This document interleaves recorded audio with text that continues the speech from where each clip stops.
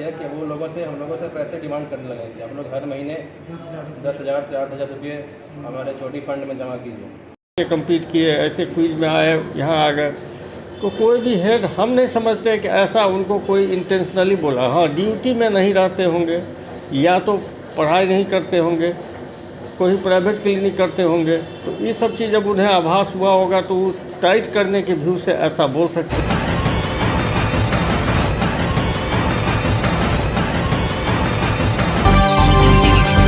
नमस्कार, बिहार मिथिला न्यूज़ में आपका स्वागत है। मैं हूं मनोज। और बता दें, दरभंगा डीएमसीएच की स्थिति प्रतिदिन गिरती जा रही है। चाहे वहां क्वालिटी बेस हो, मरीजों के पलायन हो, मरीजों को दवा नहीं मिल रही हो, मरीजों का ऑपरेशन नहीं हो रहा हो। लेकिन आज जो बात करेंगे वो बहुत सनसनीखेज है, और ये बात हम एक सप्ताह तक विश्लेषण करने के बाद हम इस मुद्दे पर पहुंचे। हम बता दें, दरभंगा के डीएमसीएच के सर्जरी विभाग के नए एचओडी बने हैं अवध कुमार। ये अवध कुमार वो हैं जो पहले यूनिट हेड रहा करते थे, जो पटना में रहते थे, कभी कभी आते थे दरभंगा आकर के। न सिर्फ प्रत्येक दिन का अटेंडेंस बनता था, बल्कि वो अपने मरीजों का इलाज आकर करते थे। बहुत अच्छी बात है, क्योंकि ये करना चाहिए। लेकिन अब उनकी अंतरात्मा जाग गई है, ये हम बताना चाहेंगे। अब उनकी अंतरात्मा जाग गई है। अब वो जब से एचओडी बने हैं तब से सभी को कहते हैं समय पर आइए। बहुत अच्छी बात है अवध जी, हम आपकी इसकी तारीफ करते हैं। लेकिन आप इतने दिन तक कहाँ थे जब यूनिट हेड थे? तो क्यों नहीं आपके एचओडी आपकर जो अटेंडेंस लगातार बना उस पर सवाल पूछा आपसे जब आप पटना से आते थे? आज छात्रों ने जो आरोप लगाया है एचओडी पर वो बहुत ही शर्मनाक है। भले ही इसके अलग बयान का मतलब निकाला जा सकता है, लेकिन सबसे पहले हम आपको दिखाते हैं दरभंगा डीएमसीएच सर्जरी के वो पीजी के छात्र जिन्होंने आरोप लगाया है और डरते हुए कहा है कि उन लोगों को फेल कराया जा सकता है। कहा जाता है कि एचओडी का कक्ष बनाने के लिए 10,000 रुपये का डिमांड किया गया है। यही नहीं, अगर कहें तो 6 यूनिट है। 6 यूनिट में पहले वो 1 यूनिट के थे, अब 6 यूनिट के एचओडी हो गए। अब 6 के हिसाब से 36 स्टूडेंट से 10-10 हज़ार रुपये की मांग की। मैं ये कहता नहीं हूँ, बल्कि ये सभी छात्रों ने लिखित रूप से डीएमसीएच को, प्रिंसिपल को एवं ऊपर स्वास्थ्य विभाग को भेजा है और गुहार लगाई है कि हमारी रक्षा की जाए। चलिए सबसे पहले हमको दिखाते हैं दरभंगा डीएमसीएच के वो छात्र जो त्राहिमाम कर रहे हैं मीडिया के सामने और कह रहे हैं हमें बचाइए, क्योंकि वो दिन रात मरीजों की सेवा करते हैं, दरभंगा डीएमसीएच में इलाज करते हैं। लेकिन उनके साथ क्या हो रहा है ये सुनिए एक बार। अभी आपने सुना होगा कि डीएमसीएच में इतने वर्षों से पढ़ाई हो रही है। कोई पीजी छात्र आरोप लगाया होगा अपने एचओडी पर कि उनसे पैसे मांगे जा रहे हैं। उन्हें एचओडी का जो चैम्बर है उसे सुसज्जित करने के लिए पैसे मांगे जा रहे हैं। यहाँ तक कि उन पर यह भी आरोप लगा कि अगर नहीं दोगे तो तुमको फेल करा देंगे। ये तमाम बातें हो रही हैं दरभंगा डीएमसीएच के नए सर्जरी के एचओडी डॉक्टर अवध कुमार के काल में। गौरतलब है कि 30 तारीख को इससे पहले डॉक्टर VS प्रसाद रिटायर्ड हो गए।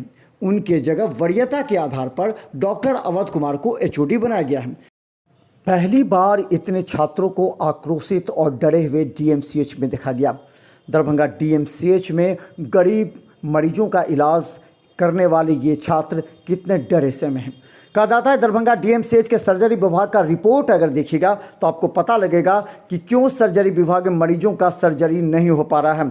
इसके पीछे के तथ्यों का पूरा विवेचना भले अधीक्षक या प्रचार ना कर रहे हों, लेकिन ये छात्र अवश्य कहते हैं कि जाके रिकॉर्ड देखिए कि पिछले 15 दिनों में कितने डीएमसीएच के मरीजों का सर्जरी हो पाया। अगर नहीं हुआ तो उसके पीछे क्या कारण है? क्या दरभंगा डीएमसीएच सर्जरी विभाग के एचओडी बनने के बाद डॉक्टर अवध कुमार की क्वालिटी गिर गई है, या अवध कुमार सही तरीके से काम नहीं कर पा रहे हैं, जैसा कि आरोप उन पर लग रहा है? अब दरभंगा डीएमसीएच के सर्जरी विभाग के ये छात्र डरे समय अधीक्षक एवं प्रचार को पत्र लिखकर गुहार लगाई है। के छात्र हैं। हमारी समस्या यह है कि 31 तारीख को हमारे पुराने विभागाध्यक्ष जो है वो यहाँ से रिटायर हुए हैं। उनकी जगह पे डॉक्टर अवध कुमार हमारे नए एचओडी बने हैं, और जब से बने हैं तो उन्होंने बहुत ही अजीब सा रुख अपनाया हुआ है।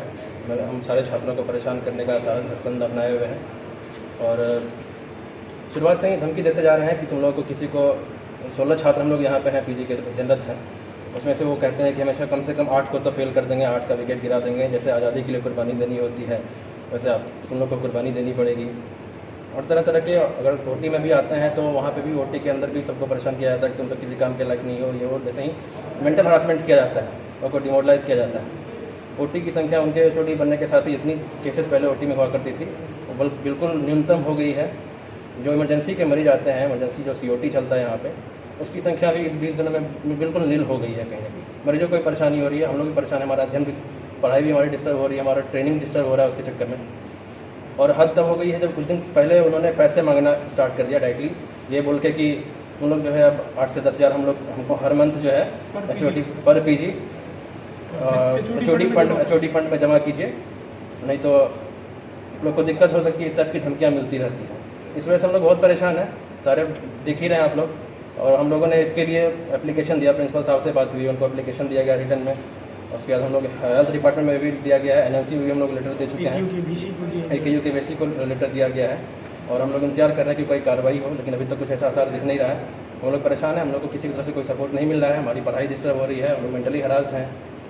जबकि अभी देश की स्थिति है कि पीजी छात्र हर जगह बहुत ही परेशान रहते हैं, बहुत सारा वर्कलोड रहता है उनके ऊपर। कुछ दिन पहले 10 अगस्त को एनएमसी ने इसके लिए एक सर्कुलर भी निकाला था कि इंस्टीट्यूशन की जिम्मेदारी होती है, संस्थान की जिम्मेदारी है कि पीजी के छात्रों का मानसिक तौर पे भी उनका ध्यान रखा जाए, उनको परेशान नहीं होने पड़े किसी तरह से। लेकिन यहाँ पे उसके बिल्कुल विपरीत किया जा रहा है डॉक्टर अरुण कुमार के द्वारा, और हम लोग इसी पर चाहते हैं कि कोई एक्शन हो। हम लोग को ये भी आश्वासन से काम नहीं चलेगा, कुछ एक्शन लिया जाए, स्ट्रिक्ट एक्शन लिया जाए। क्योंकि अगर मान लीजिए ये बात अब यहाँ से दब जाती है और हम लोग उनके ऊपर कोई एक्शन नहीं होती है तो वो सबको ढूंढ के जैसा बोल रहे हैं कि ऑटो को फेल करेंगे, इस तरह की बातें हो सकती है। और ये इसलिए भी खराब है क्योंकि आप अगर पुराना रिकॉर्ड निकाल के देखेंगे, दरभंगा मेडिकल कॉलेज में सर्जरी डिपार्टमेंट बहुत ही एक उम्दा संस्थान माना जाता है। बाहर के भी छात्र यहाँ पे चॉइस से आते हैं, अच्छे रैंक वाले यहाँ पे आते हैं, और हमेशा यहाँ पे फेलियर रेट बिल्कुल नहीं के बराबर रहा है पिछले 10 सालों में। और लेकिन 1 साल में ही 8 लोगों को फेल करने की धमकी दे रहे हैं। इससे पहले वो सिर्फ एक ही यूनिट हेड थे, इंचार्ज थे। अब उनके हाथ में जो है सारा यूनिट आ गया, 6 यूनिट चलते हैं यहाँ पे, सारा यूनिट का एक तरह से हेड हो गए हैं वो। तो अब सारे यूनिट को एक तरफ से टोटल कितने पीजी है? टोटल यहाँ पे 32 पीजीज है। हर यूनिट में हर ईयर में 16 पीजी होते हैं। तो 2 ईयर में काम कर रहा है। तो एचओडी फंड में जमा करने के लिए क्या है? एचओडी फंड करके कोई चीज़ नहीं होती है, जहाँ तक आज तक हम लोगों ने कभी नहीं सुना, हमारे किसी सीनियर ने भी पहले कभी नहीं सुना कि एचओडी फंड करके कुछ होता है। ठीक है, ये क्लियर कट वो रिश्वत की मांग है।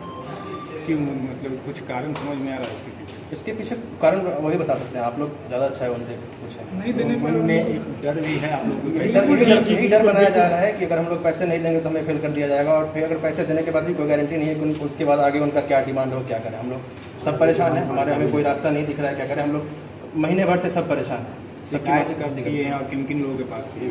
एक सप्ताह से शिकायत हो रही है। पहले हम लोगों ने यहाँ से कॉलेज से स्टार्ट किया है, उसके हम लोगों ने एनएमसी में भी, स्वास्थ्य विभाग में भी लेटर भेजा है, और AKU के जो हमारे जो यूनिवर्सिटी जिसके अंदर उनका अध्ययन होता है उसके वाइस चांसलर के पास हम लोगों ने लेटर दिया। प्रिंसिपल साहब से बात हुई है, उन्होंने क्या कहा?